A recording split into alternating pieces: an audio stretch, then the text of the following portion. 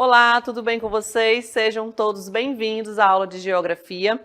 Sou a professora Andresa Xavier e vamos verificar aí o que temos. Temos a nossa aula de número 7, onde vamos observar a nossa revisão e também a avaliação, verificando aí os conteúdos dessa primeira unidade. Então vamos à nossa revisão.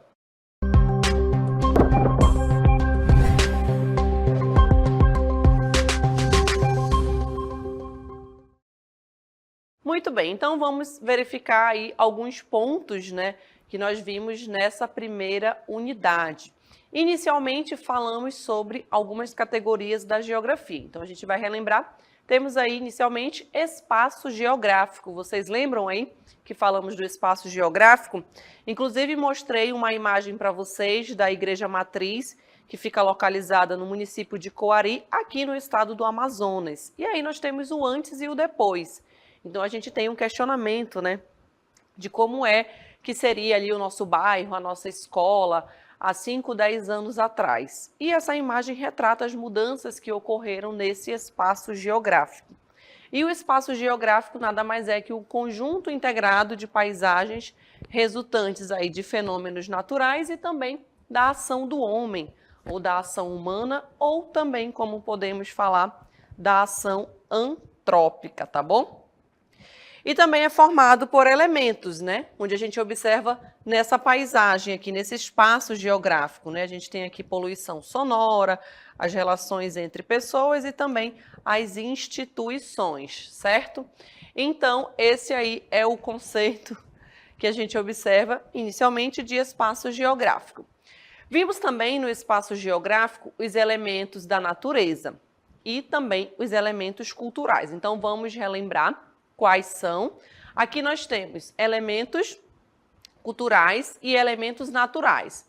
Inicialmente, elementos naturais. Temos uma imagem para a gente retratar um pouco dessa paisagem que a gente observa, onde estamos observando apenas aí o rio, a vegetação, elementos da natureza. Por isso aí o nome elementos naturais. Os elementos culturais é aquela área, aquele espaço, aquela paisagem que já foi modificada, que foi ali construído pela ação humana, pela ação do homem ou a ação antrópica. Coloquei alguns exemplos, aí para a gente relembrar estradas, cidades, e na imagem temos o Teatro Amazonas, localizado aqui na capital Manaus, no estado também do Amazonas, apenas para a gente observar as mudanças que ocorreram aí nesse espaço, Então, ao longo dos anos, esse espaço vem sofrendo essas alterações, passando por essas alterações, sendo construído pela ação humana. Falamos também da paisagem, aí a gente vai verificar o conceito, que ela pode ser definida como todos os elementos, como a gente observa aqui nessas duas imagens, do espaço que os nossos sentidos eles conseguem captar. Lembram que falamos aí que por muito tempo, esse conceito de paisagem ele estava ligado apenas a um sentido, que era o da visão. Então, ele ficava ali apenas como tudo aquilo que os nossos olhos conseguem ver, tudo aquilo que os nossos olhos alcançam. Mas, na verdade, a gente também pode descrever a paisagem a partir de outros sentidos, tá bom? Eu posso descrever, por exemplo, se naquela cidade, naquela paisagem que eu estou vendo, o barulho do mar, o barulho ali dos rios, o barulho dos carros, se tem muito barulho ou não, então eu estou descrevendo a paisagem, tá bom? Posso também dizer se, por exemplo, estou ali visitando uma área poluída, uma cidade com muita poluição, posso também utilizar esse sentido e descrever essa paisagem, certo?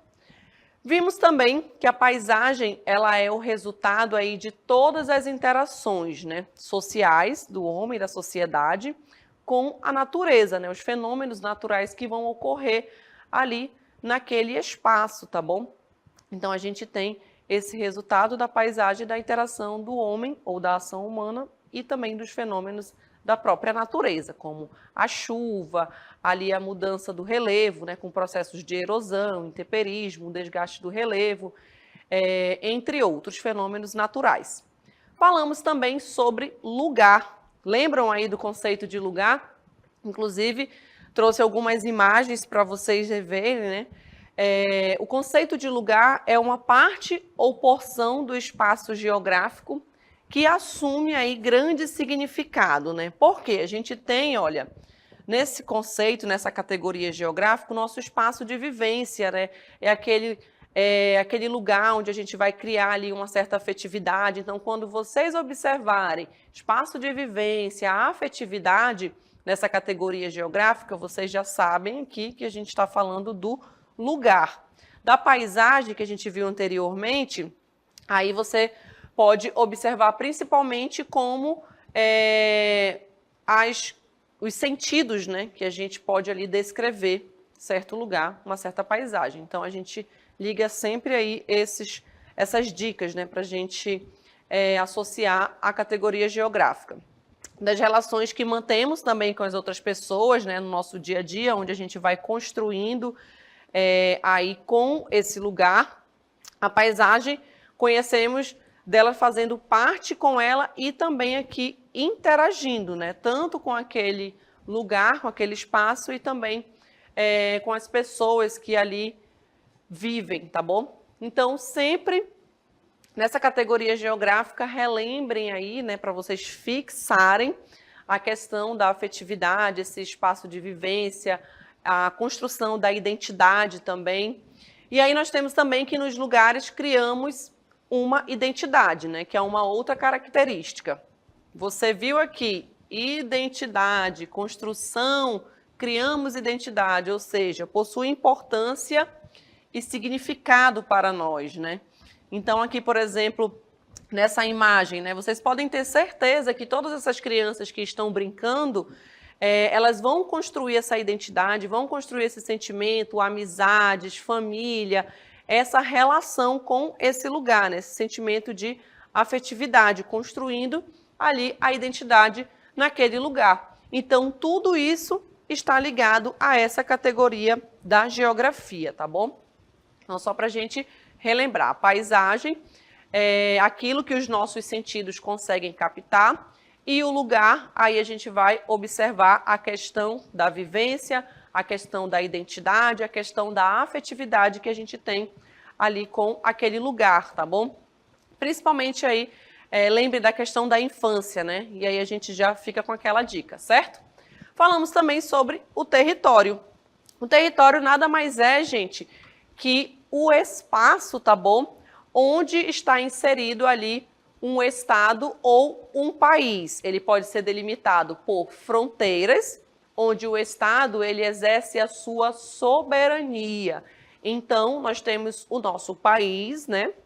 O Brasil, com todo o seu território delimitado, com todas as suas fronteiras delimitadas com os países aí da América do Sul, né? Nós não fazemos fronteiras apenas com 2 países, que são Equador e Chile. Com todos os outros países da América do Sul, a gente faz fronteira, certo? E na imagem eu coloquei aqui, olha, essa tríplice fronteira, né? Colômbia, Brasil e Peru. Essa fronteira, ela pode ser uma fronteira natural, uma fronteira que a gente pode chamar de cultural, né? Ou artificial, que foi construída pelo homem, que pode ser uma rua, que é o caso aí de Letícia, né, que fica na Colômbia, e no Brasil, no estado do Amazonas, a gente tem ali Tabatinga, onde a fronteira é apenas uma rua, você atravessa a rua e você já está em outro país. Consequentemente, você já tem ali outras leis, né? Então, você tem que respeitar as leis ali da Colômbia e o Brasil do outro lado. Retornou para o Brasil, então você está inserido em um outro território, né? Certo? E aí, no exemplo, Brasil e Colômbia. Vamos observar agora o mapinha. Aí no mapa a gente tem a fronteira, né, a delimitação. Então, todas essas linhas imaginárias, seja ela ali uma fronteira cultural ou uma fronteira natural, né, um rio, uma vegetação, ela vai estar ali delimitada, certo? E aí falamos também sobre região. A gente vai relembrar aí o conceito de região, trazendo novamente o mapinha, onde a gente observou aqui todas as regiões, né? Norte, Nordeste, Sul, Sudeste e Centro-Oeste. Então, todas as regiões se encaixando. E cada uma dessas regiões, gente, elas possuem aspectos, características em comum. Por isso elas foram agrupadas aí. Região Norte, Nordeste, Centro-Oeste, Sudeste e região Sul, certo? E aí nós temos o conceito de regiões, que são áreas, né, da superfície, que a gente vai observar, onde nós temos características que se assemelham, tá bom? Características próprias, características particulares, que vão diferenciar, por exemplo, uma região da outra, né? A região norte, ela tem clima, hidrografia, vegetação, entre outros aspectos diferentes lá da região sul. E assim adiante, né? Como todas as outras regiões. E isso parte da regionalização, né? Regionalizar é separar um espaço em regiões. Então, o Brasil, nessa classificação do IBGE, ele foi delimitado, regionalizado em 5 regiões, porque esses estados, eles possuíam essas características semelhantes entre si. Então, foi agrupado aí em 5 regiões, tá bom? Falamos também sobre cartografia. Vamos relembrar o que é cartografia. Nada mais é que uma ciência, né? Assim como a geografia, que ela vai se dedicar à representação e também à comunicação de informação espacial através aí do qual definimos de mapas, né? Por exemplo, se você vai aí representar o mapa do seu bairro, dos locais, dos pontos de referência aí da sua casa, então você está ali confeccionando, né, um mapa, certo? A palavra cartografia, ela tem origem aí na língua portuguesa, tendo sido registrada pela primeira vez, olha, no ano de 1839, né? Então, quando começa a surgir aí a confecção, a representação da superfície terrestre ou de uma parte da superfície, né? E isso foi retratado numa correspondência, né, indicando a ideia de um traçado de mapas e cartas. Então, a partir de uma correspondência que foi aí enviada, tinha esses traçados, né? Como se você, por exemplo, fosse traçar aí as ruas da sua casa, mostrar os pontos de referência, o caminho, né, o trajeto que eu posso seguir até chegar ali a um ponto, tá bom? Vamos rever o conceito de mapa. Mapa é uma representação gráfica aí das características naturais ou sociais, né, que eu posso representar de acordo com o tema da superfície da Terra ou de uma parte dela, tá bom, gente? De qualquer ponto aí da superfície. Aqui no mapinha a gente tem a representação de todas as massas continentais e também dos oceanos.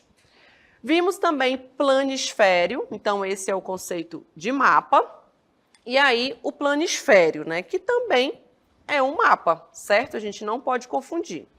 Só que o mapa, eu posso ter a representação ali do continente americano, posso ter a representação apenas do Brasil, de uma cidade, do estado do Amazonas, do município aí onde você mora. Já o planisfério, eu vou ter toda a representação da superfície terrestre, só para a gente não confundir os dois conceitos de planisférios e aqui os conceitos de mapas.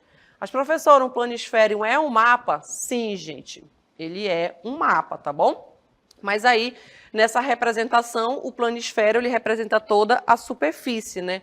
Que chamamos também de mapa mundi. E aqui a gente tem a visão dele em 2 dimensões, diferentemente do globo terrestre, onde a gente tem 3 dimensões, né? Então a gente consegue observar, olhando aí, por exemplo, nessa imagem, mais características, né, em 3 dimensões. Reproduz-se de modo aproximado aqui a forma da Terra, diferentemente do que a gente viu ali dos mapas e também o planisfério, onde a gente tem a representação gráfica numa superfície plana, tá bom?